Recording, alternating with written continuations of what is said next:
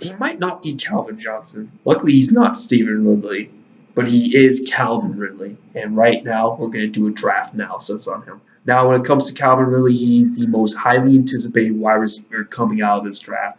And I definitely like what he brings to this table when it comes to his speed and his route running. And he looks like he's pretty darn coordinated with the hands and whatnot. However, though, even though that does sound nice, he does have his flaws right here that you definitely need to fix at the NFL level. Now, obviously, let's start off on a positive note. Can't be too much of a negative, Nancy.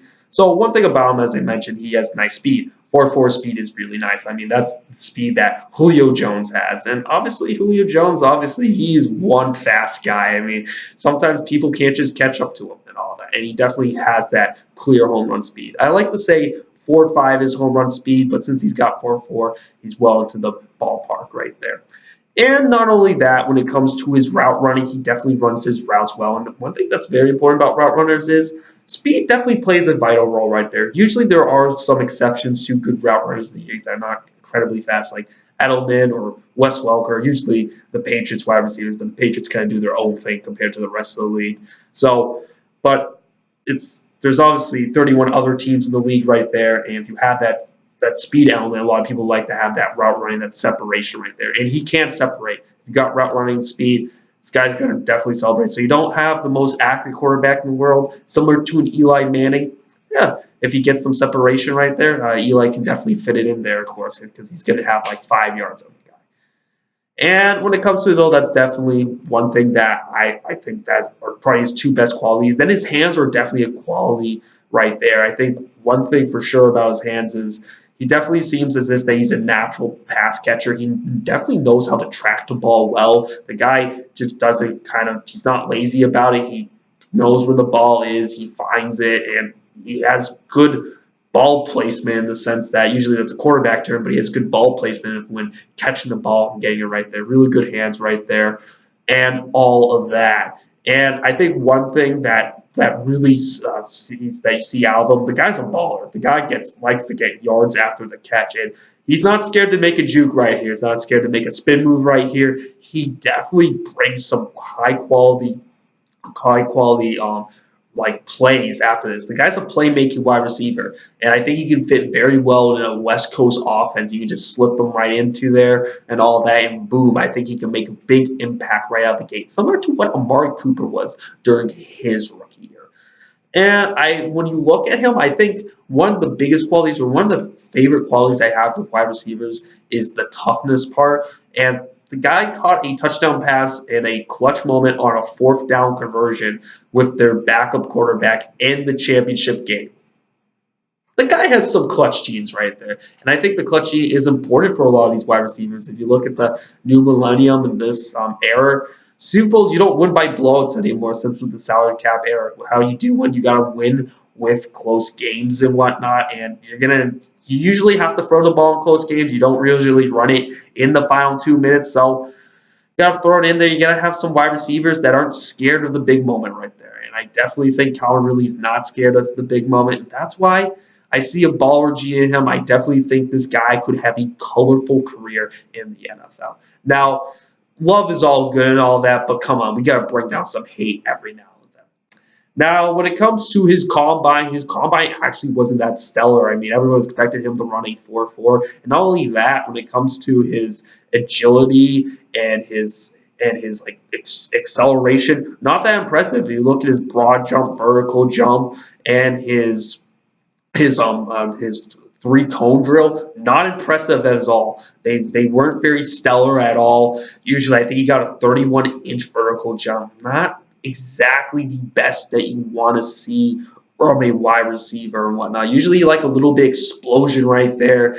And the broad jump wasn't super impressive. It was 110 inches, which I believe is just under 10 feet. So, or not just under 10 feet. It's just above 9. So the guy has some issues with the explosion factor right here. And not only that, the dude isn't very big. He's 6'1", 190 pounds. He's going to get pressed. And since he doesn't really have that explosion right there, it's going to be a little bit of a concern because if you're going to get pressed and whatnot, you got to be able to explode. I don't think he necessarily has that right there. And top it off with his size, man, the guy is just like, if Richard Sherman goes up against him like sayonara, he's getting smoked by Richard Sherman out there. And when I look at this, and I think that his catch in traffic, is it there? I mean, there's sometimes he did catch in traffic pretty well in Alabama. Can he do it at the NFL level? That's something he's definitely going to work on. He definitely doesn't have the frame for it. He's definitely more of a guy that gives separation and all of that. And I look at it, and it's just not super, super impressive and all. And I think that when it comes to his speed, his size, it's really usually these first round picks. It's usually the athleticism isn't what you look at as a main as it's usually their high points or athleticism. Right here for Calvin Ridley, it's their low point. That's a little bit concerning. Could he drop to the second round? I doubt it, and all of that. And when it comes to the negatives and all that, I still think that he will do better than what John Ross did his rookie campaign. I mean, he did diddly squat. Everyone forgot about him.